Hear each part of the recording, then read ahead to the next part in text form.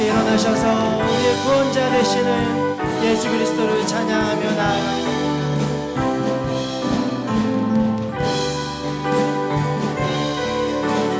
함께 고백하겠습니다. 예수는 그리스도. 예수는 그리스도.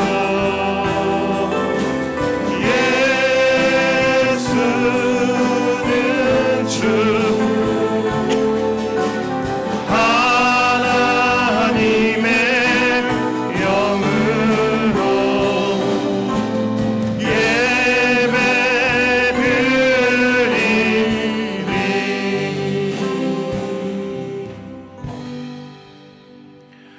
우리 주 예수 그리스도의 아버지 하나님을 찬송하리로다.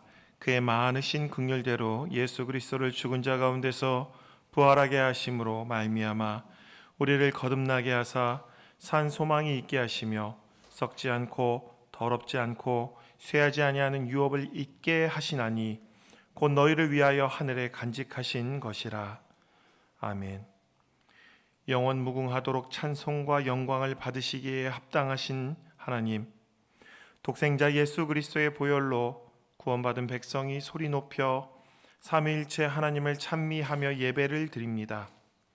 예배하는 저희는 오직 하나님 한 분만으로 기뻐하오니 마음의 소원을 이루어 주시고 저희의 계획과 길을 맡겨드리오니 이루어 주시고 예배하는 모든 성도의 의를 정오의 빛같이 나타내 주옵소서. 저희의 입술은 하나님의 성호를 찬양하게 하시고 저희의 영혼은 저희를 구원하신 예수님의 은혜를 자랑하며 선포하게 하옵소서. 예수님의 이름으로 기원하옵나이다. 아멘.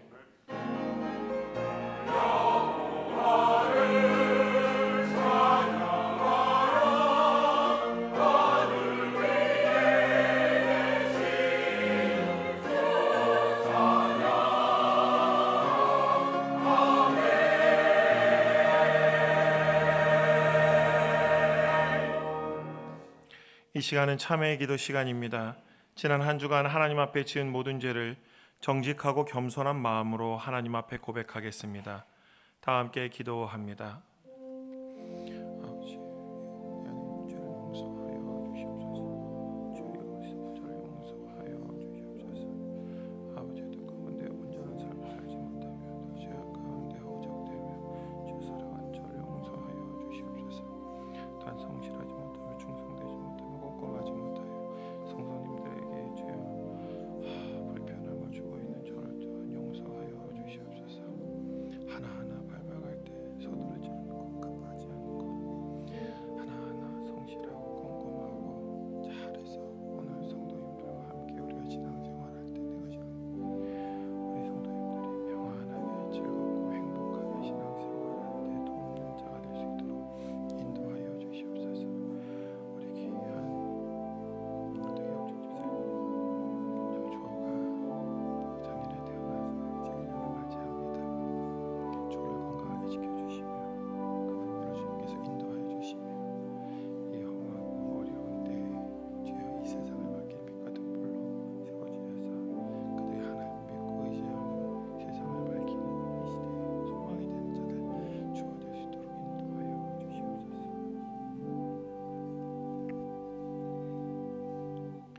여호와는 마음이 상한 자를 가까이 하시고 충심으로 통회하는 자를 구원하시는도다. 그의 모든 뼈를 보호하시며 그 중에서 하나도 꺾이지 아니하도다. 아멘. 다 함께 사도신경으로 우리의 신앙을 하나님 앞에 고백하겠습니다. 나는 전능하신 아버지 하나님 천지의 창조주를 믿습니다. 나는 그의 유일하신 아들 우리 주 예수 그리스도를 믿습니다. 그는 성령으로 잉태되어 동정녀 마리아에게서 나시고 본디오 빌라도에게 고난을 받아 십자가에 못 박혀 죽으시고 장사된 지 사흘 만에 죽은 자 가운데서 다시 살아나셨으며 하늘에 오르시어 전능하신 아버지 하나님 우편에 앉아 계시다가 거기로부터 살아있는 자와 죽은 자를 심판하러 오십니다. 나는 성령을 믿으며 거룩한 공교회와 성도의 교제와 죄를 용서받는 것과 몸의 부활과 영생을 믿습니다. 아멘. 성시교독은 72번 이사야서 58장의 말씀입니다. 성시교독은 72번, 이사야서 58장입니다. 내가 기뻐하는 금식은 흉악의 결박을 풀어주며 멍에의 줄을 끌어주며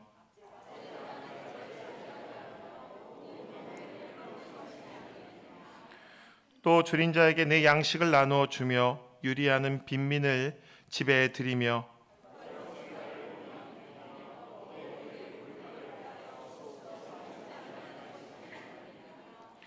그리하면 내 빛이 새벽같이 비칠 것이며 내 치유가 급속할 것이며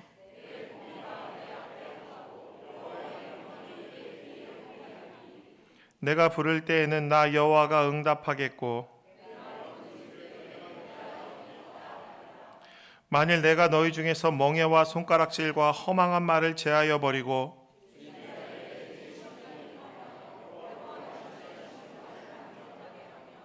내 빛이 흑암 중에서 떠올라 내 어둠이 낮과 같이 될 것이며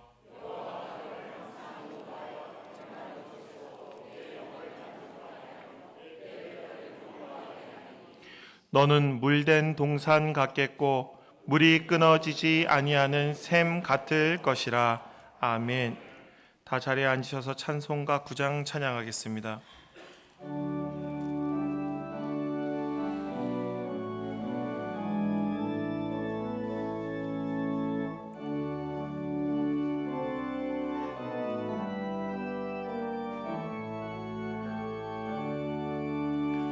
하늘에 가득 찬 영광의 하나님, 온 땅에 충만한 존귀하신 하나님, 생명과 빛으로 지혜와 권능으로 언제나 우리를 지키시는 하나님, 성부와 성자와 성령 삼위의 하나님, 우리 예배를 받아주시옵소서. 사랑이 넘치는 자비하신 하나님, 은혜가 풍성한 구원의 하나님, 자매의 심령에 평안을 주시옵고 죄악과 허물을 용서하여 주소서. 찬송과 영광과 생명 구원의 하나님, 우리 예배를 받아주시옵소서.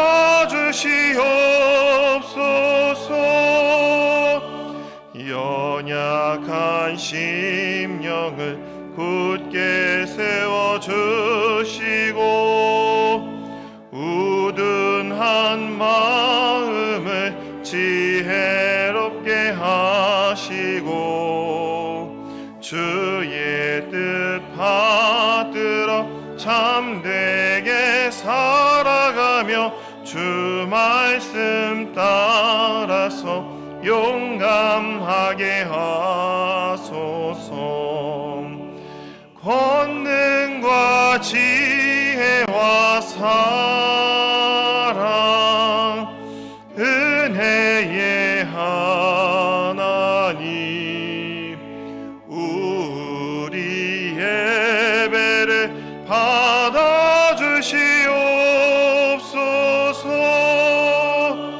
주 앞에 나올 때 우리 마음 기쁘고 그 말씀 힘되어 새 희망이 솟는다.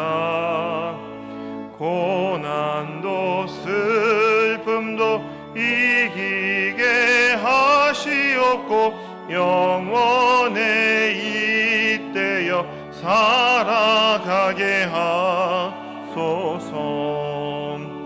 우리의 자랑과 기쁨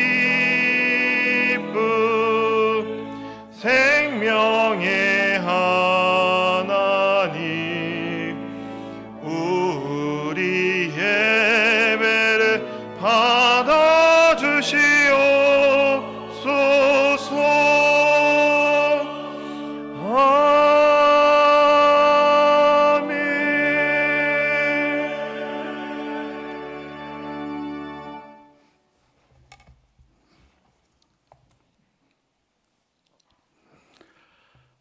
존귀하신 하나님 아버지, 한 주 동안 저희를 붙드시고 인도하여 주시고 거룩한 주일을 맞아 온 성도들이 하나님을 찬양하고 경배합니다. 이곳에 임재하사 우리의 예배를 받아 주시옵소서. 하나님은 영이시니 예배하는 자가 영과 진리로 예배할지니라는 말씀 따라 온 마음을 다해 찬양하오니 이 예배를 기뻐 험령하여 주시옵소서. 평강의 주님, 지난 추석 명절 기간 동안 주님께서 믿는 자의 가정에 허락하신 평화와 사랑에 감사드립니다. 지금까지의 삶과 그 삶 속에 일어난 모든 순간순간의 일들이 주님의 계획 안에 있음을 깨닫게 하시고, 주님께서 주신 가정 공동체가 우리에게 얼마나 큰 축복인지 알게 하셨습니다. 늘상 우리 가정 중심에 주님이 계셔서 우리 삶 속에 주님의 뜻이 이루어지길 간구합니다. 어려우신 주님, 우리에게 나눔의 가치를 실천할 수 있는 섬기는 자의 삶을 살 수 있도록 인도하여 주시옵소서.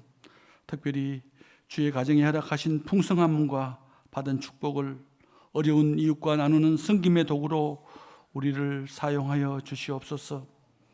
누구를 대하든지 어느 자리에 있든지 섬김의 빚진 자로 저희를 부르셨음을 기억하게 하옵소서. 저희 인생의 주인이신 주님이 모든 죄를 깨끗하게 씻기신 십자가 은혜에 날마다 강력하며 섬김의 사랑을 전하게 하옵소서. 교회의 머리가 되신 주님, 특별히 예배와 주의 교회를 사모하는 마음으로 주님께 간절히 구합니다.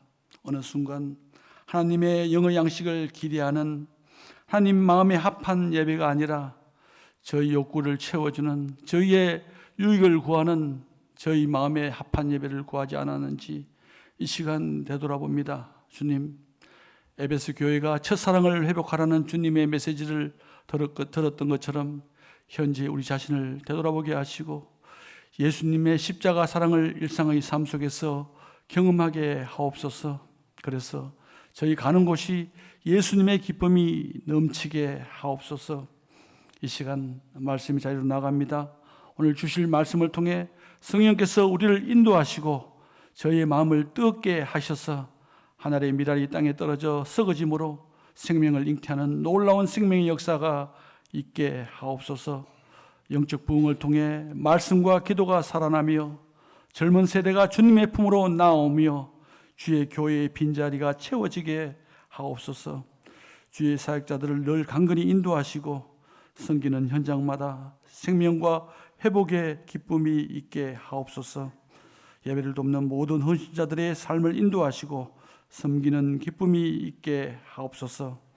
갈릴리 찬양대의 찬양을 기뻐 험량하시옵소서. 우리를 자유케 하시는 예수님의 이름으로 감사기도 드립니다. 아멘.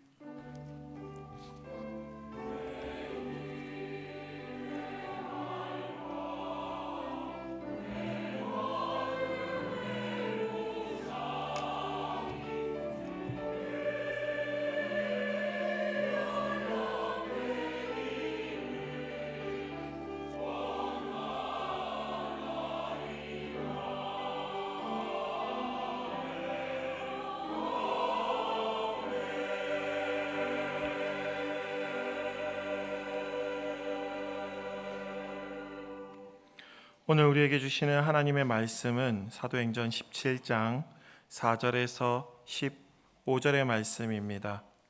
사도행전 17장 4절에서 15절, 신약 217쪽입니다. 제가 봉독하겠습니다. 그 중에 어떤 사람 곧 경건한 헬라인의 큰 무리와 적지 않은 귀부인도 권함을 받고 바울과 실라를 따르나 그러나 유대인들은 시기하여 저자의 어떤 불량한 사람들을 데리고 떼를 지어 성을 소동하게 하여 야손의 집에 침입하여 그들을 백성에게 끌어내려고 찾았으나 발견하지 못하매 야손과 몇 형제들을 끌고 읍장들 앞에 가서 소리질러 이르되 천하를 어지럽게 하던 이 사람들이 여기도 이름에 야손이 그들을 맞아 들였도다. 이 사람들이 다 가이사의 명을 거역하여 말하되 다른 임금 곧 예수라 하는 이가 있다 하더이다 하니 무리와 읍장들이 이 말을 듣고 소동하여 야손과 그 나머지 사람들에게 보석금을 받고 놓아주니라. 밤에 형제들이 곧 바울과 실라를 베레아로 보내니 그들이 이르러 유대인의 회당에 들어가니라. 베레아에 있는 사람들은 데살로니가에 있는 사람들보다 더 너그러워서 간절한 마음으로 말씀을 받고 이것이 그러한가 하여 날마다 성경을 상고함으로 그 중에 믿는 사람이 많고 또 헬라의 귀부인과 남자가 적지 아니하나 데살로니가에 있는 유대인들은 바울이 하나님의 말씀을 베레아에서도 전하는 줄을 알고 거기도 가서 무리를 움직여 소동하게 하거늘 형제들이 곧 바울을 내보내어 바다까지 가게 하되 실라와 디모데는 아직 거기 머물더라.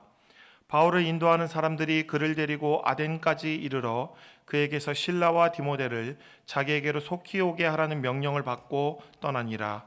아멘.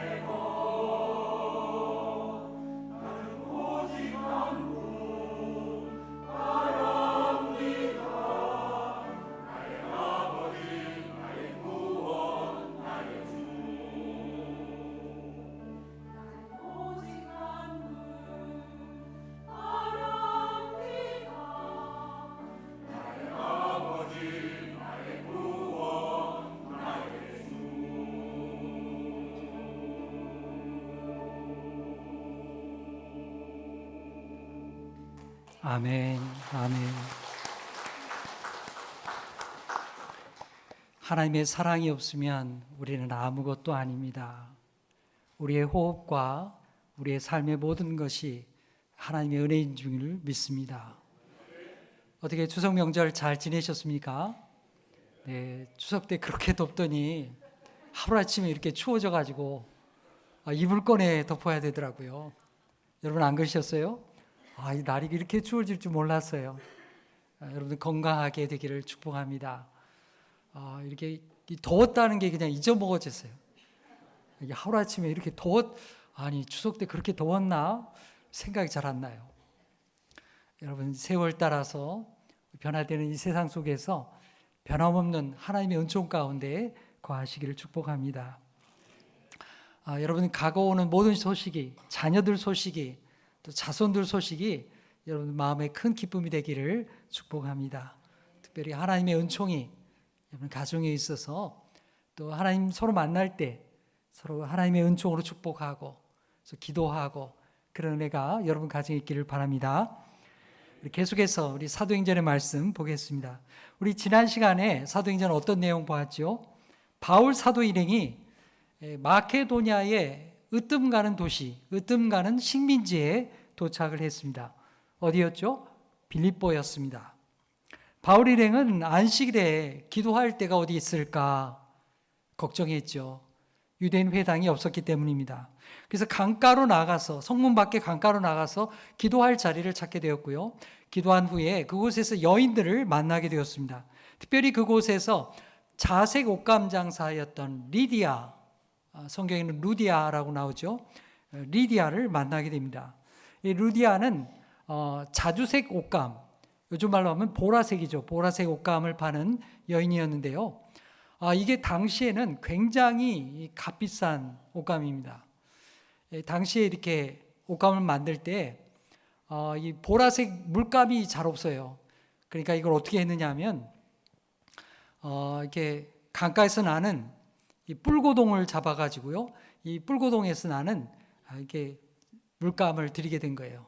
근데 물감이 정말 이렇게 이 고동 하나에서부터 한 방울밖에 안 나와요. 그러니까 얼마나 많이 이렇게 물감을 들이려면 많이 필요하겠어요. 그러니까 이게 굉장히 드물고 값비싼 그런 옷감이었던 거죠. 그런 아주 이렇게 장사를 하는 여인이었던 이 리디아가 바울로부터 예수 그리스도의 복음을 받게 됩니다. 그리고 그는 예수님을 영접하게 되죠. 그는 유럽 최초의 예수 믿는 여인, 그리고 예수 믿는 가정이 되었습니다. 그의 마음이 열리게 되자 그의 가정도 열리게 되었고요. 그의 가정에서 가정교회가 이루어지게 되었습니다. 바울은 이 리디아의 집에 기도하러 가는 길 가운데 점치는 귀신 들렸던 여인을 만나게 되죠. 그리고 그 여종을 귀신으로부터 자유케 예수님의 이름으로 자유하게 했습니다. 고쳐주었어요. 그 일로 인해서 어떻게 되었습니까? 매를 맞고 바울과 실라가 감옥에 갇히는 그런 황당한 일을 겪게 된 것이죠. 하지만 바울과 실라는 감옥에서 기도하며 찬송했습니다. 그리고 그 기도하고 찬송하는 가운데 지진이 일어나고 옥문이 열리고 채워졌던 수갑이 착고가 다 풀어지게 되었습니다. 간수가 놀라서 쫓아와서 이 사람들 다 도망갔구나. 내가 책임자인데 내가 책임져야 되겠다. 자결하려 할 때에 바울이 그를 붙들고 그를 전도하게 되었습니다. 죽지 말라. 하나님이 너를 보호하신다. 너와 내 집이 예수의 이름으로 구원을 받으라. 그렇게 해서 이 간수도 예수님을 믿게 되었습니다. 여러분, 이 되어진 상황들을 생각해 보세요. 바울이 어떤 계획을 가지고 의도했어서 전도하게 된 게 아닙니다. 참 놀랍죠? 신비하게도 하나님의 인도하심 가운데 바울이 생각지도 못한 과정을 통해서 그곳에 교회가 세워지고 예수의 복음이 증거되었던 것입니다. 자, 이렇게 감옥에서 풀려난 바울 일행은 빌립보에 더 이상 있을 수 없었습니다. 그래서 빌립보를 떠나게 되었고요. 서쪽 방향으로 이동을 하게 됩니다. 오늘 우리가 보게 된 사도행전 17장 1절을 보게 되면 바울이 어디를 갔는가 그 기록이 나옵니다. 보니까 암비볼리와 아몰로니아 지역을 거쳐서 데살로니가로 가게 되었다. 그렇게 기록하고 있습니다. 여러분, 모든 길은 로마로 통한다. 그런 말 들어보셨죠? 여러분, 이 말은 실제로 로마가 건설한 이 도로를 통해서 이루어진 말이기도 합니다. 로마는 많은 지역을 정복했습니다. 많은 땅을 정복하고 그곳에 군대를 파견하고 관리하기 위해서 그들은 아주 적극적으로 포장도로를, 요즘 말로 하면 고속도로를 놓았습니다. 여러분, 당시에 이 포장도로를 놓을 때 그냥 아무렇게나 돌만 깐 게 아닙니다. 바닥을 이렇게 완전히 이렇게 갈아엎고요. 그곳에 자갈층을 쌓고 물이 배수될 수 있는 층을 쌓고요. 다식을 돋우고 거기에 다시금 대리석과 같은 돌들을 깔아서 이 포장도로를 완성했습니다. 아스팔트만 없었을 뿐이지 그들은 정말 엄청난 도로를 건설하게 된 것입니다. 토목공사를 완전하게 했어요. 그 도로가 지금까지 남아있고요. 지금도 사용되는 도로가 굉장히 많습니다. 로마에서부터 이탈리아 반도가 길다랗죠. 장화처럼 생겼습니다. 이 로마에서부터 이렇게 수직으로 내려가는 이 도로를 가리켜서 비아 아피아 가도라고 부르게 됩니다. 지금도 이렇게 많이 남아있는데요. 지도를 한번 볼까요? 지금 왼편에 이탈리아 반도가 있는데요. 끝에 장화 부분 뒤꿈치만 지도에 보입니다. 그 가운데는 그리스 반도가 있고요. 오른쪽에는 튀르키예 반도가 있습니다. 자, 로마에서부터 이렇게 수직으로 이렇게 아피아 가도를 건설하게 되었고요. 그 마지막 끝 부분이 이 뒤꿈치가 되는 그 장화의 뒤꿈치가 되는 그 부분이 브린디시라고 하는 항구 도시가 있습니다. 자, 거기에서 이 아피아 가도가 끝나게 되고요.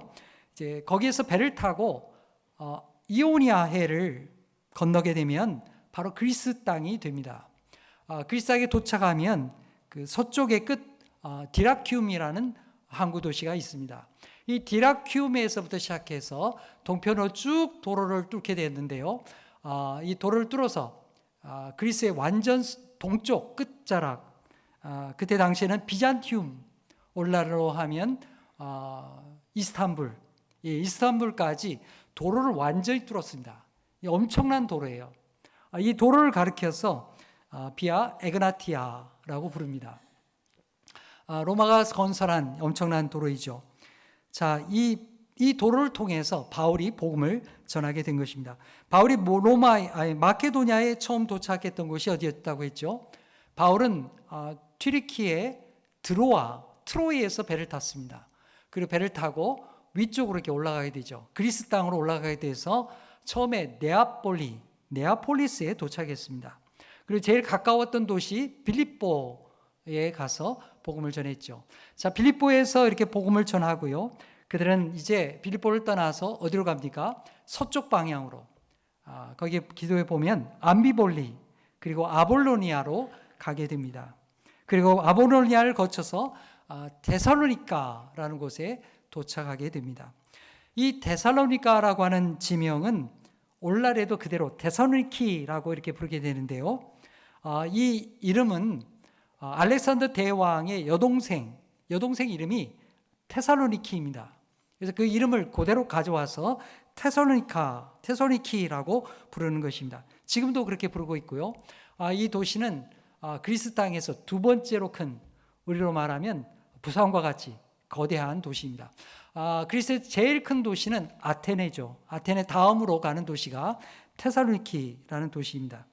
자, 그러니까 바울 사도는 로마가 건설했던 이 에그나티아 가도를 통해서 대도시 테살로니카로 가서 복음을 전하게 된 거죠. 로마는 전쟁을 위해서 도로를 건설했습니다. 하지만 바울은 전쟁이 아니라 예수 그리스도의 구원의 복음을 가지고 이 도로를 이용하게 된 것입니다.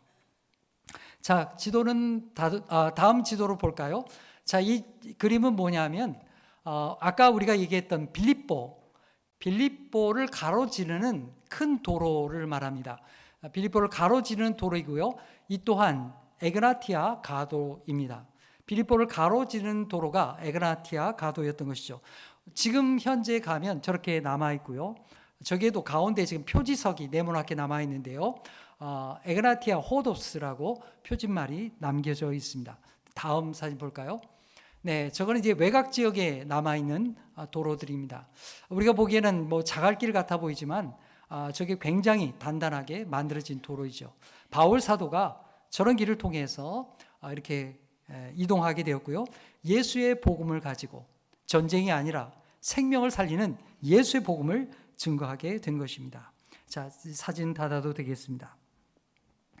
데살로니가에 도착한 바울은 어딜 갔을까요? 유대인의 회당을 갔습니다. 큰 도시에 유대인들이 많이 살았던 것이죠. 17장 2절을 보게 되면 새 안식일 동안, 그러니까 3주 동안 그런 유대인 회당에서 말씀을 풀어서 가르쳤습니다. 자, 여기서 말하는 성경 말씀은 어떤 말씀이냐 하면 바로 구약 성경의 말씀입니다. 당시에는 아직 신약 성경이 쓰여지지 않았던 시대였으니까요. 3절의 말씀 보면요, 바울이 어떻게 복음을 전했는가 그걸 얘기하고 있는데요. 우리 3절 말씀 함께 읽겠습니다. 시작. 뜻을 풀어 그리스도가 해를 받고 죽은 자 가운데서 다시 살아나야 할 것을 증언하고 이르되 내가 너희에게 전하는 이 예수가 곧 그리스도라 하니. 바울 사도는 구약 성경의 말씀을 찾아가면서 그 말씀을 읽고 해석해 주었습니다. 그 뜻을 풀어서 가르쳤습니다. 예수가 그리스도라는 사실을 증거하게 된 것입니다. 여러분, 구약에는 많은 메시아에 대한 예언의 말씀이 있죠. 그 예언된 말씀을 일일이 찾아가면서 그 말씀을 해석해 주고 그 메시아로 오신 분이 바로 예수 그리스도라고 하는 사실, 그리고 예수의 죽으심과 부활에 대한 그 말씀, 하나님의 구원의 계획에 대해서 아주 분명하게 세세하게 말씀을 가르쳤던 것입니다. 그런데 이 예수의 말씀을 들으면서 어떤 사람들이 적극적으로 반응하게 되었을까요? 유대인들이었을까요? 아니었습니다. 유대인들이 아니라 헬라인들, 그리스 사람들이 적극적으로 그 말씀을 받아들였습니다. 4절 말씀 보면요, 경건한 헬라인의 큰 무리와 적지 않은 귀부인들이 바울의 전도를 받고 그 마음이 열렸다, 그렇게 말하고 있습니다. 그들이 예수 그리스도의 복음을 받아들인 것입니다. 자, 이 헬라인들, 그리스 사람들은 어떤 사람들일까요? 비록 그들은 그리스 사람이기는 했지만 유대교를 받아들인 사람들입니다. 그래서 그들이 유대인 회당에 와 있는 거예요. 안식일을 지키기 위해서 유대인 회당에 와 있었던 것이죠. 그들은 바울 사도의 말씀을 듣고 구약에 이렇게 예언되어 있던 말씀이 정말로 이루어졌구나. 예수 그리스도를 통해서 우리에게 이렇게 귀한 하나님의 말씀이 응답이었구나. 그걸 깨닫게 된 것입니다. 유대인들은 오히려 자기들이 가졌던 그 구약의 말씀을 너무 그렇게 바라보다 보니까 쉽게 예수님을 믿지 못했습니다. 하지만 그리스 사람들은 달랐죠. 그리스 사람들은 마음을 열고 이 구약에 예언된 말씀이 정말로 예수님에게서 이루어졌다는 것을 믿음으로 받아들이게 되었습니다. 이렇게 3주 동안 바울이 말씀을 가르치고 이방인들이 적극적으로 복음을 받아들이고 있는데 이 사역이 그냥 중단되고 말았습니다. 왜 그랬을까요? 예수의 복음을 거부하였던 이 유대인들이 바울을 시기해가지고 소동을 일으킨 거예요. 난리를 치게 된 겁니다. 이 전도 활동을 할 수가 없게 되고 말았습니다. 5절에 나오게 되죠. 어떤 유대인들이 시장에 불량배를 몰고 와가지고요, 아주 폭동을 일으키게 된 거예요. 오늘 성경 말씀 보니까 야손이라고 하는 사람의 집을 습격하게 되었던 것입니다. 여러분, 여기 등장하는 야손이라는 사람은요, 이제 막 예수를 믿기 시작한 사람이에요. 예수 믿은 지 3주밖에 안 된 그런 사람입니다. 다행히 바울 사도와 일행이 그 집에 그 시간에 없었어요. 안 그랬으면 난리가 났겠죠. 근데 막 바울을 찾으려고 아마 바울 일행이 야손의 집에서 말씀을 3주 동안 가르쳤던 것 같습니다. 회당에서도 가르칠 뿐만 아니라 야손의 집에서도 말씀을 가르친 거죠. 그런데 이 야손의 집에 가보니까 이 바울 일행이 없는 거예요. 그러니까 소동을 일으키는 사람들이 바울 대신에 야손과 또 예수 믿는 사람들을 막 잡아갔습니다. 그리고 관청에 고발하고요, 이 사람들을 막 끌어갔습니다. 자, 우리 6절과 7절의 말씀 함께 읽어보겠습니다. 시작. 발견하지 못함에 야손과 몇 형제들을 끌고 읍장들 앞에 가서 소리질러 이르되 천하를 어지럽게 하던 이 사람들이 여기도 이름에 야손이 그들을 맞아들였도다. 이 사람들이 다 가이사의 명을 거역하여 말하되 다른 임금 곧 예수라 하는 이가 있다 하더라 하니. 여러분, 그들이 고발하는 내용이 뭘까요? 여기 나오는데요, 세 가지가 나옵니다. 첫째는 예수 믿는 그리스도인들은 천하를 어지럽히는 사람들이라는 거예요. 두 번째는요, 7절에 말하죠. 이 사람들은 가이사의 명을 거역하는 사람들이다. 세 번째는 가이사 황제 외에 예수라는 임금이 있다고 하더라. 그렇게 고발했던 것입니다. 여러분, 그들의 고발, 이건 거짓된 것이죠. 모함이죠. 지금 천하를 어지럽히는 사람들은 누굽니까? 자기들이에요, 자기들. 야손의 집에 쳐들어가서 남의 집을 폭동을 일으키고 폭력을 행사하고 사람들 잡아가고, 지금 그 일을 벌린 사람들이 자신들이죠. 바울은 3절에 말씀한 것과 같이 예수 그리스도의 복음을 전했을 뿐입니다. 예수님이 하나님이 보내신 메시아고 죽음과 사망의 권세를 벗어나서 부활하신 예수 그리스도라는 사실을, 복음을 증거했던 것입니다. 바울 사도가 복음을 전한 그 말씀, 예수님이 하나님의 아들이시오, 예수님은 사망 권세를 이기고 부활하신 분이며 하나님 나라의 주인 되신다 하는 이 복음을 증거했던 것입니다. 그리고 주님이 다스리는 이 하나님의 나라는 저 세상에서만, 천국에서만 이루어지는 것이 아니라 이 세상에도 이루어진다고 증거했던 것이죠. 어떻게 해요? 예수 믿는 자들을 통해서 이 땅에 하나님의 나라가 이루어지는 것입니다. 우리 예수 믿는 사람들은 하나님의 자녀죠. 하나님의 자녀로서 이 땅에 하나님의 뜻이 이루어지고 하나님의 나라가 이루어지기 위해서 힘쓰는 사람들입니다. 그러나 우리 예수 믿는 사람들은 어떻게 해요? 우리가 반란 일으킵니까? 세상을 혼란시키게 만듭니까? 우리는 전혀 그런 일을 하지 않습니다. 우리는 우리의 신앙을 통해서, 우리의 삶을 통해서 하나님의 선한 뜻이 이루어지도록 그렇게 행하게 되는 것입니다. 그것이 바로 하나님께서 원하시는 길이고 하나님의 나라가 우리를 통해서 이 땅에 이루어지는 것입니다. 그 복음을 전한 거예요. 그런데 유대인들은 마치 그리스도인들이 사회를 혼란시키고 로마 제국을 전복시키는, 폭동을 일으키는 사람들이라고 그렇게 고발했던 것입니다. 악의적으로 왜곡하는 것이죠. 7절을 보면 그들은 바울과 그리스도인들이 황제의 명령을 거역하고 로마 황제가, 가이사가 버젓이 있는데 다른 황제가 있는 것처럼, 다른 임금이 있는 것처럼 예수가 다른 왕이라고 그렇게 주장한다고 외쳤던 것입니다. 한마디로 말하면 바울과 예수 믿는 사람들은 반란 세력들이다, 이렇게 고발했던 것입니다. 여러분, 이런 왜곡된 비난과 공격은 이 데살로니가에서 처음 일어난 게 아닙니다.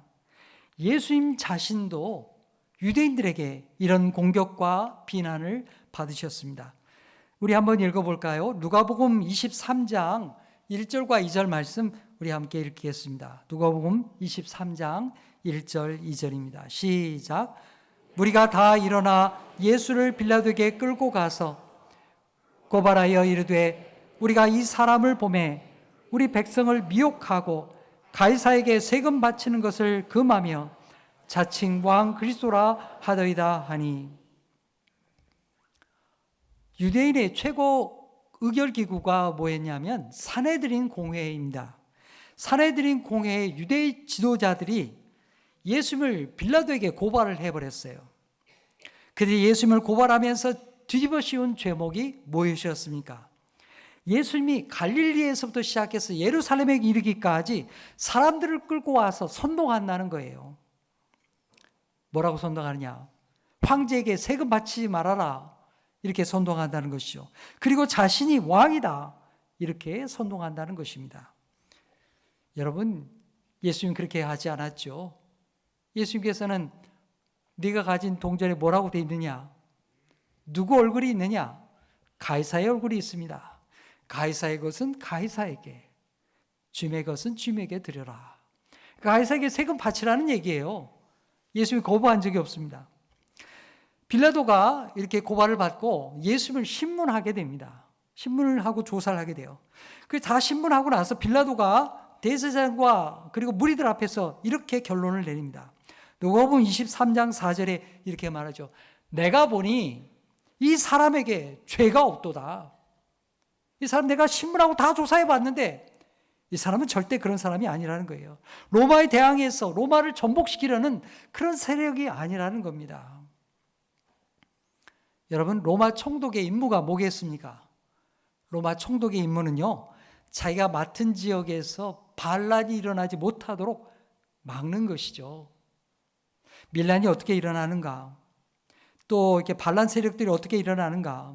그런 사람들 조사하고요, 수색하고 잡아다가 전문적으로 조사하는 역할을 하는 사람이 바로 빌라도예요. 그게 자기 사명입니다. 그런데 빌라도가 예수를 신문해 보니까 예수는 전혀 그런 사람이 아니라는 거예요. 예수에게는 그런 반란의 느낌도 없고요, 또 그럴 힘도 없는 사람입니다. 그런 사람이 아니라는 거예요. 빌라도가 그렇게 나는 이 사람의 죄가 없다고 선언을 했지만 유대교 종교주의자들이 하도 난리치니까 그럼 당신들이 알아서 하시오. 자기 손을 씻고 털어버리잖아요. 그게 예수님의 결과였습니다. 여러분, 오늘 말씀의 데살로니가에서도 바울이 고발당한 내용도 똑같아요. 바울이 천하를 어지럽힌다는 것이죠. 반란을 꾀한다는 것입니다. 왜 이렇게 유대인들은 예수님과 예수 믿는 자들을 괴롭히고 고발하는 것입니까?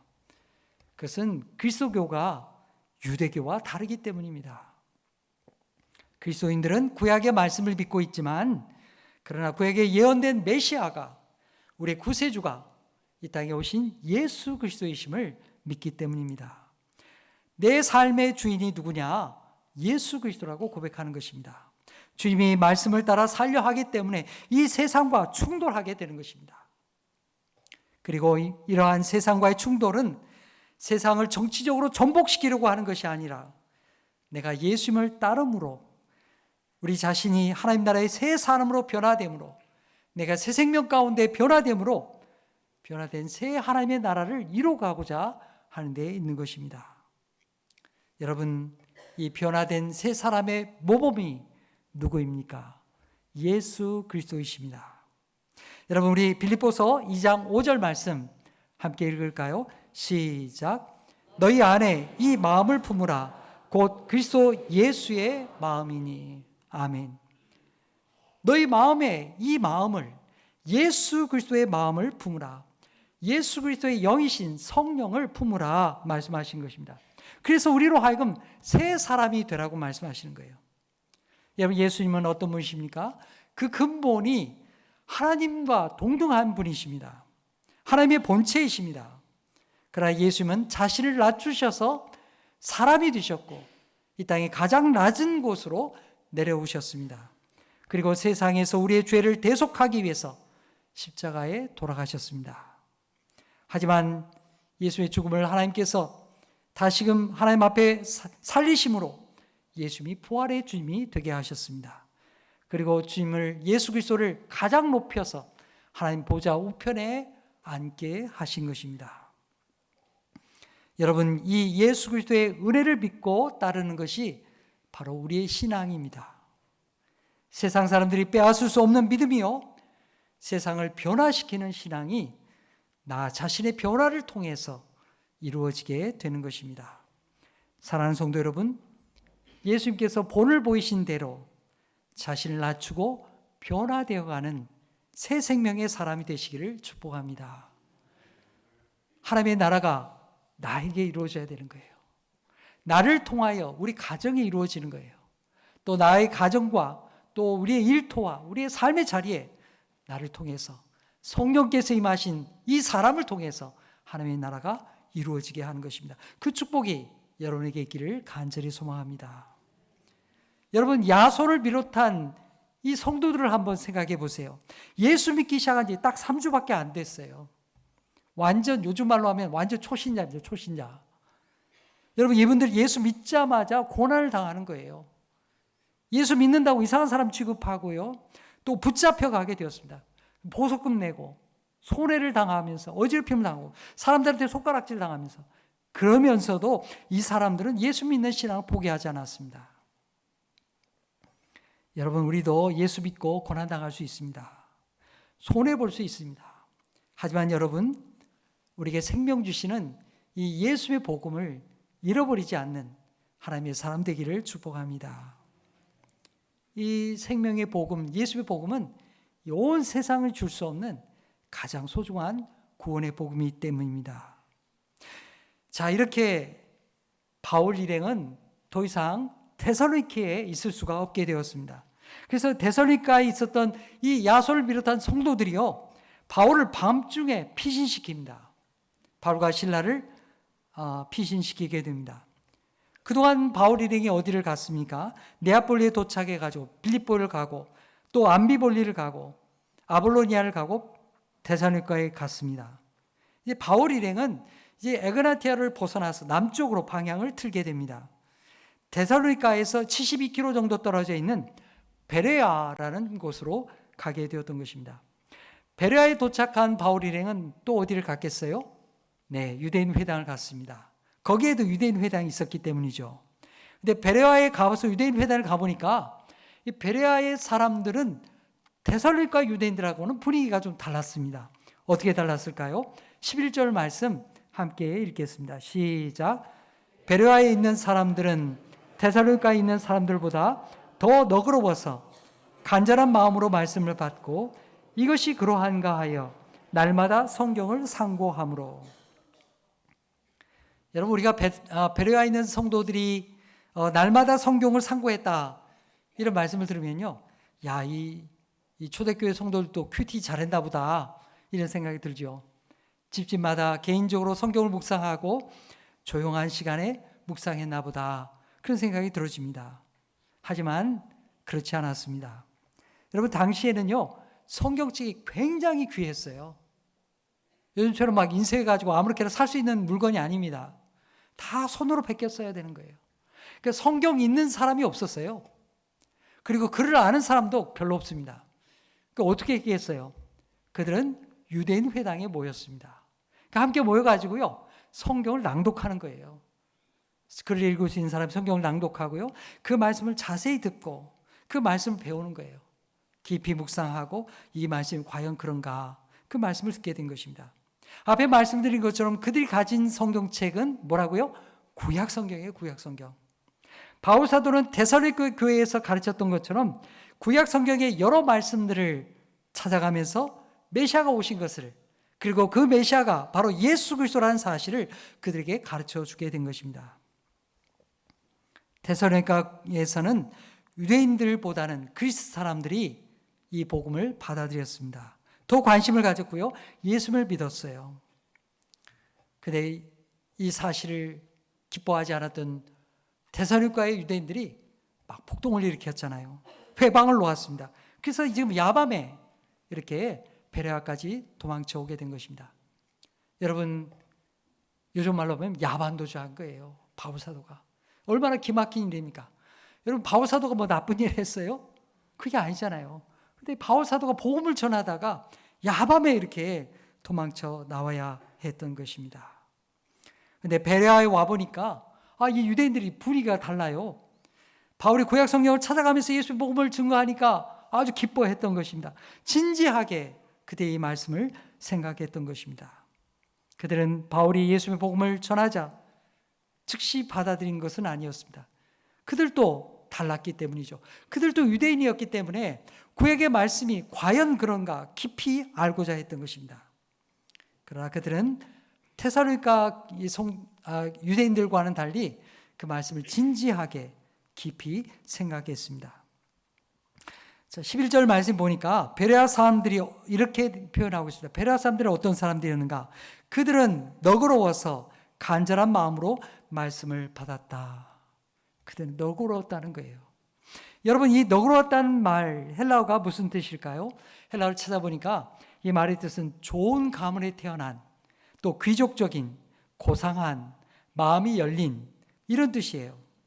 여러분, 마음이 열린 것이 바로 고상한 것입니다. 마음이 열린 것이 너그러운 거예요. 여러분, 값비싼 물건으로 온몸을 치장하고 멋있는 것을 다 가졌다 해도 그 말하는 뽐새가 정말 이렇게 거칠게 되면 여러분 어떻던가요? 정말 볼썽사납죠. 예쁘게는 다 갖췄는데 말 한마디 하면 들어보니까 아이고야 정 떨어진다. 여러분 그런 사람 아무리 값비싼 걸 가지면 뭐 하겠어요? 그 입에서 나오는 말 자체가 거칠고 정말 고상하지 않은데 말입니다. 여러분 우리의 마음이 중요한 것이죠. 우리 마음에서부터 그 말이 나오는 것이기 때문입니다. 여기 이 베레아 사람들은 그 말과 태도가 아주 너그러운 사람들이었습니다. 마음이 열린 사람들이었습니다. 진짜 품격을 가진 그런 사람들이었던 것이죠. 베레아 사람들은 그런 열린 마음을 가지고서 날마다 이 회관에 모여서 하나님의 말씀을 읽고 생각했습니다. 그러면서 깨달았어요. 아, 하나님께서 구약에 예언하셨던 말씀이 바로 이런 뜻이었구나. 바울이 그걸 우리에게 가르쳐주고 있구나. 그 말씀을 진지하게 생각하고 열정적으로 그 말씀을 받아들이게 되었던 것입니다. 사랑하는 여러분, 오늘 우리도 베레아 사람들처럼 말씀을 듣는 것으로 만족하지 아니하고 과연 이 말씀이 그런가? 이 말씀을 자신에게 적용할 수 있는 그런 믿음의 사람 되기를 간절히 축복합니다. 여러분, 하나님의 말씀은 생명의 말씀입니다.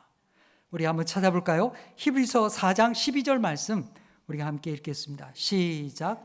하나님의 말씀은 살아있고 활력이 있어 좌우에 날선 어떤 것보다도 예리하여 혼과 영과 빛, 관절과 골수를 찔러 쪼개기까지 하며 또 마음의 생각과 뜻을 판단하시나니. 아멘. 사랑하는 여러분, 하나님의 말씀은 살아있는 말씀입니다. 이 말씀을 간절한 마음으로 받아들이면 그 말씀이 역사하는 거예요. 하나님의 말씀이 역사하는 것입니다. 그 말씀이 자라게 되어 있습니다. 우리의 심령이 변화를 일으킵니다. 우리의 가치관이 바뀌고요. 우리의 삶의 목표가, 인생의 목표가 달라지게 되어 있습니다. 예수의 생명으로 말미암아 변화되어 가는 것입니다. 여러분, 예수님께서 씨 뿌리는 비유를 말씀하시잖아요. 그 씨의 살아있음으로 말미암아서 그 땅에 많은 결실을 맺게 되는 것이죠. 마찬가지입니다. 이 하나님의 말씀은 살아있고 운동력 있는 말씀이기 때문입니다. 성도 여러분, 여기 베레아의 성도들처럼 우리도 하나님의 말씀을 깊이 마음에 심겨서 이 말씀이 자라서 자기의 삶에 30배, 60배, 100배의 결실을 맺는 그런 하나님의 사람 되기를 축복합니다. 13절을 보십시오. 베레아의 성도들이 한참 바울과 함께 재미있게 말씀을 배우고 있는데 데살로니가에서부터 사람들이 내려왔어요. 유대인들이 내려왔어요. 베레아까지 쫓아와서 소동을 일으키고 난리를 피웁니다. 바울과 일행을 핍박하게 되었던 것입니다. 자, 14절 말씀 읽겠습니다. 시작. 형제들이 곧 바울을 내보내어 바다까지 가게 하되 실라와 디모데는 아직 거기 머물더라. 아멘. 예수님을 믿게 된 베레아의 성도들이 바울을 모시고 바다까지 가게 되었다는 거예요. 왜 바다까지 가게 되었을까요? 그것은 육로로는 갈 수 없게 됐기 때문입니다. 데살로니가에서부터 내려온 유대인들이 너무 핍박을 심하게 하는 거예요.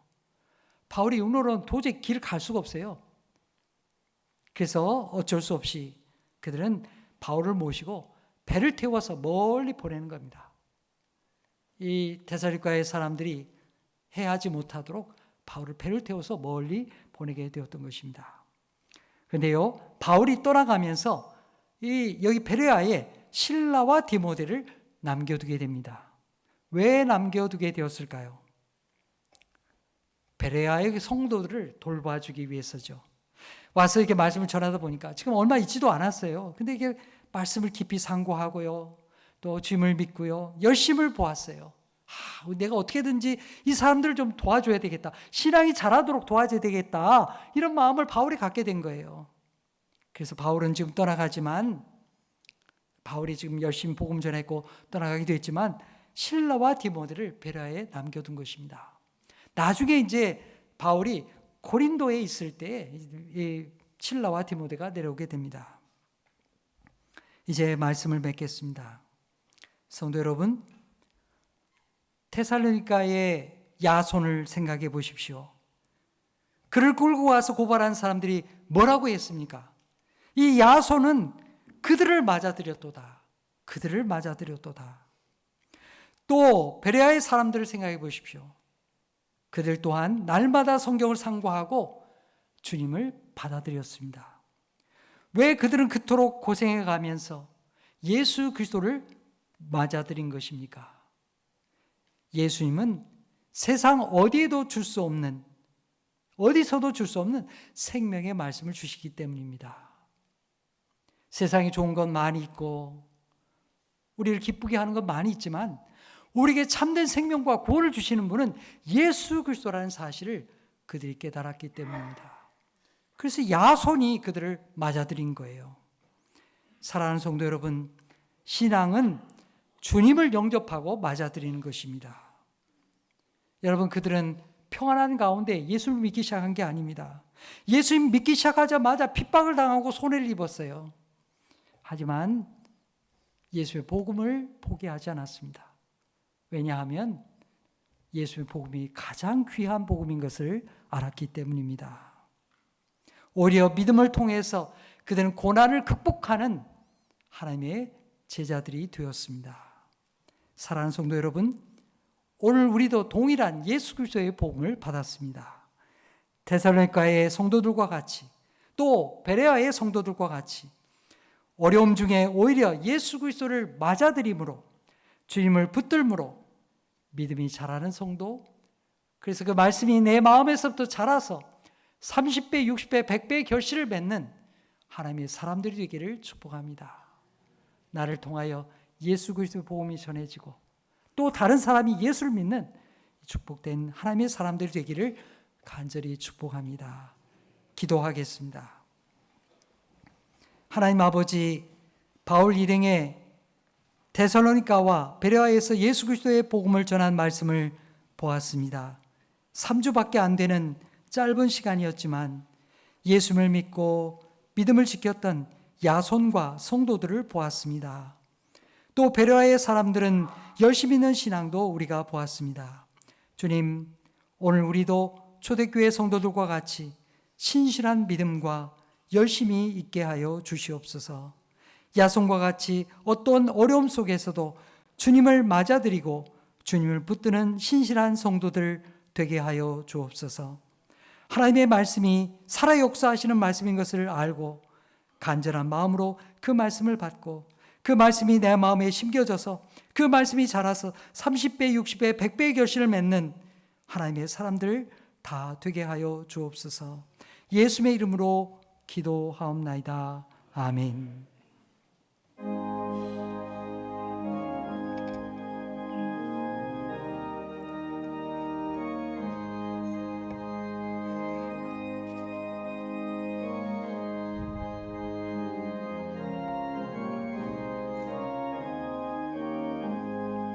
예수도 알기 원하네. 크고도 넓은 은혜와 대속해 주신 사랑을 간절히 알기 원하네. 내 평생의 소원, 내 평생의 소원, 대속해 주신 사랑을 간절히 알기 원하네. 성령이 스승 되셔서 진리를 가르치시고 거룩한 뜻을 깨달아 예수를 알게 하소서. 내 평생의 소원, 내 평생의 소원, 대속해 주신 사랑을 간절히 알기 원하네. 성령의 감화 받아서 하나님 말씀 배우니 그 말씀 한 절 한 절이 내 맘에 교훈 되도다. 내 평생의 소원, 내 평생의 소원, 주신 사랑을 간절히 알기 원하네. 예수가 계신 보좌는 영광에 둘려 있도다. 평화의 왕이 오시니 그 나라 왕성하도다. 내 평생의 소원, 내 평생의 소원, 예수께 주신 사랑을 간절히 알기 원하네.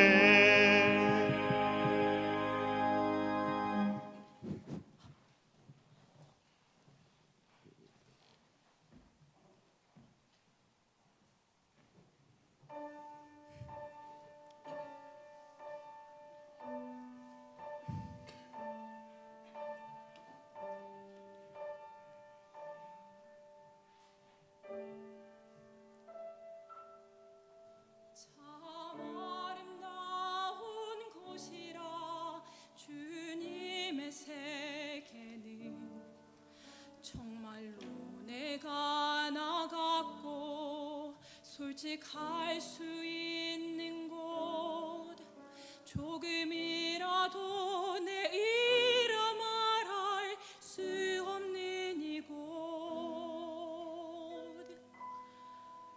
이곳은 바로 주님의 세계라.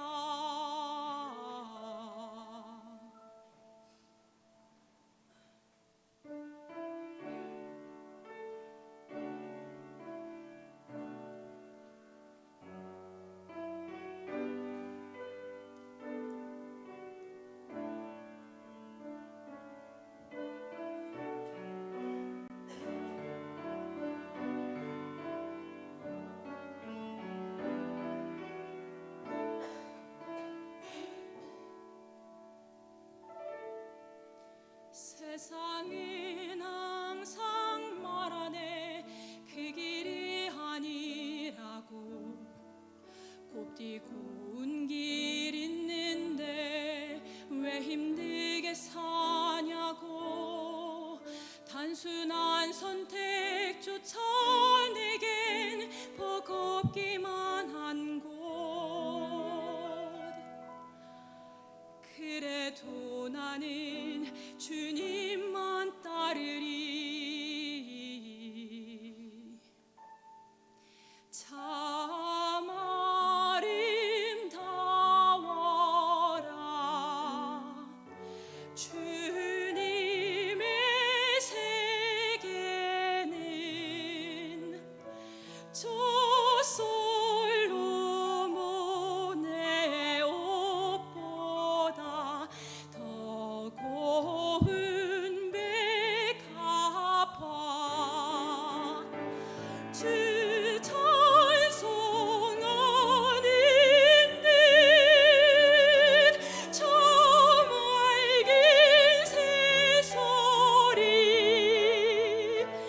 내 아버지 지신 그 솜씨 깊도다. 오 깊도다. 오 깊도다. 오 깊도다.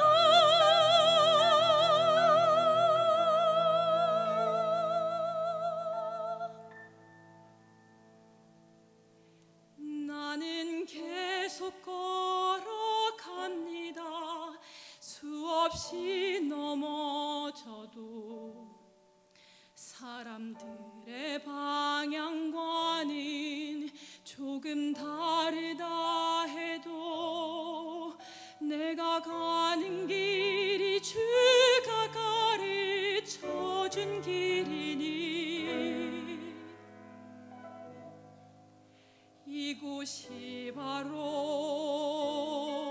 이곳은 바로 이곳은 바로 주님의 세계라. 이곳은 바로 주님의 세계라.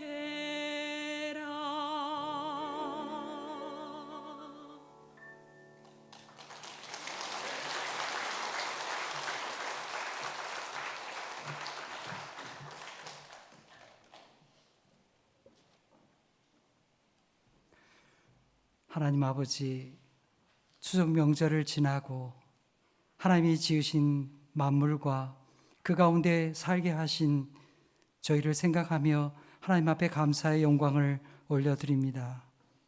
저희같이 연약하고 또 우리 마음대로 살아가는 우리 인생들을 하나님이 끝까지 사랑하시고 저희를 주님 품으로 품어주시니 감사합니다. 주님 앞에 돌아와 예배하는 성도들을 우리 하나님께서 기억하여 주시고 하나님의 능한 손으로 축복하여 주옵소서. 가족을 만나고 자녀를 만나고 손자 손녀를 만나고 친척들을 만났습니다.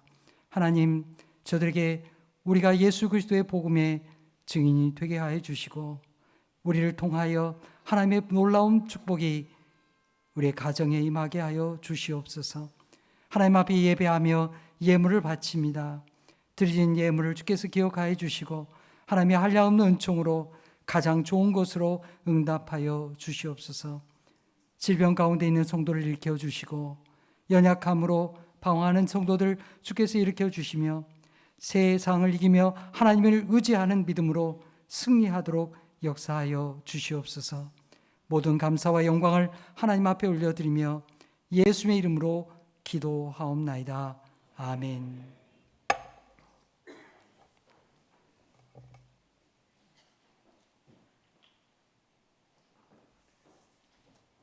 오늘 예배 가운데 나오신 우리 성도님들 주님의 이름으로 환영합니다. 교회 소식 몇 가지 말씀드리겠습니다. 예배 후에 12시 40분에 항존직 임직자 준비위원회 모임이 있겠습니다. 관계되신 분들 참여해 주시고요. 정기 당회는 오후 1시 반에 당회실에서 모임이 있겠습니다. 선교회 모임이 주보에 나와 있습니다. 여러분들 확인하시고 참여해 주십시오. 사랑교구, 오늘은 사랑교구 주간 예배가 있는 날입니다. 오후 예배가 있는 날이죠. 그래서 점심 식사가 있는데요. 여러분들 점심 식사에 같이 참여하시고요. 오후 예배에 같이 참여해 주시기 바랍니다. 특별히 사랑교구가 찬양 예배로 준비한 걸 보았습니다. 여러분들 많이 오셔서 찬양도 같이 부르시고 큰 은혜 받는 시간 되기를 바랍니다. 세례 입교 과정이 준비되고 있습니다. 10월 27일 주일 날 세례식이 있는데요. 그 전에 해당되신 분은 문답 과정을 밟아 주시기 바랍니다. 한나회 가을 나들이가 이제 내일 모레 화요일 날 24일 날 있게 됩니다. 여러분들 함께 참여해 주시기 바라고요. 주중에 장례가 있었습니다. 우리 신우선 집사님께서 하나님의 분을 받게 되었는데요. 우리 장순자 권사님과 또 우리 신유석 집사님, 또 우주영 집사님 예배에 참석했습니다. 잠시 교회 앞에 인사 나누겠습니다. 자리에 일어나실까요? 어디 계실까요? 네, 저 뒤에 계시는데요. 우리 신윤석 집사님, 또 우주영 집사님, 또 우리 장순자 권사님 참석했습니다. 잠깐 기도하겠습니다. 하나님 아버지, 우리 신우선 집사님 모든 인생의 수고를 마치고 하나님의 부름을 받았습니다. 하나님께서 이 땅의 모든 수고를 그치게 하시고 영원한 안식을 주시니 감사합니다. 우리 권사님의 가정이 믿음 가운데 있으니 감사합니다. 슬픔을 당하여 어려움도 있지만 하나님이 우리와 함께 계심을 믿고 위로를 받습니다. 하나님께서 동행하여 주시고 하나님의 이 구원의 약속을 의지하며 천국에서 다시 만나는 믿음의 가족들이 되게 하여 주옵소서. 예수의 이름으로 기도하옵나이다. 아멘. 네, 자리에 앉아 주시기 바랍니다. 여러분들이 많이 위로해 주시기 바랍니다. 여러분 주보 오면에 보면 희망 나눔 바자회의 광고가 실려 있습니다. 여러분 이웃과 함께 나눌 수 있는 좋은 기회가 됩니다. 여러분들 이웃들 같이 참여할 수 있도록 초청해 주시고요. 또 여러분들이 가진 물품들 요즘에 리사이클이라고 하잖아요. 재활용하고 같이 나누는 것입니다. 나에게는 필요하지 않지만 다른 누군가에게 필요하다면 더없이 좋은 일입니다. 여러분들이 가진 물건 중에 나눌 수 있는 물건을 교회로 이렇게 내주시면 감사하겠습니다. 많이 협력해 주시기 바랍니다. 기타의 광고는 주보를 참고해 주시기 바랍니다. 다 같이 일어나시면서 옆에 분들과 인사하시겠습니다. 생명의 말씀 대신 예수님으로 승리하십시오. 다 함께 교회여 일어나라 찬양하겠습니다.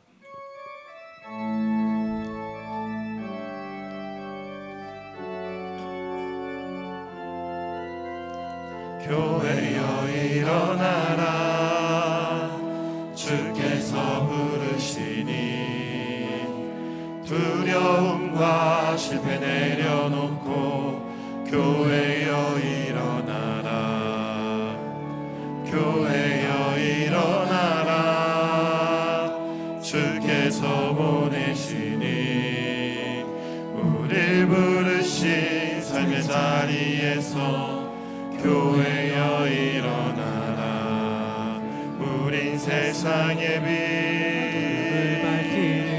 하나님의 편지 주를 나타내는 주의 교회 통해 우릴 통해 세상이 주를 보리라 일어나라 아버지 사랑으로 아버지 능력으로 서로 하나 되어 그 빛을 비추라 노래하라 아버지의 사랑을 아버지의 크심을 이 삶의 노래로 주님을 나타내라 일어나라 아버지 사랑으로 아버지 능력으로 서로 하나 되어 그 빛을 비추라 일어나라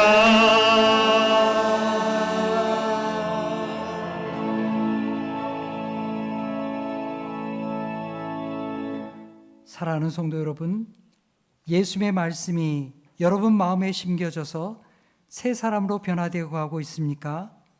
야손과 같은 사람들, 그들은 분명 예수 믿기 전과 이후가 달랐습니다.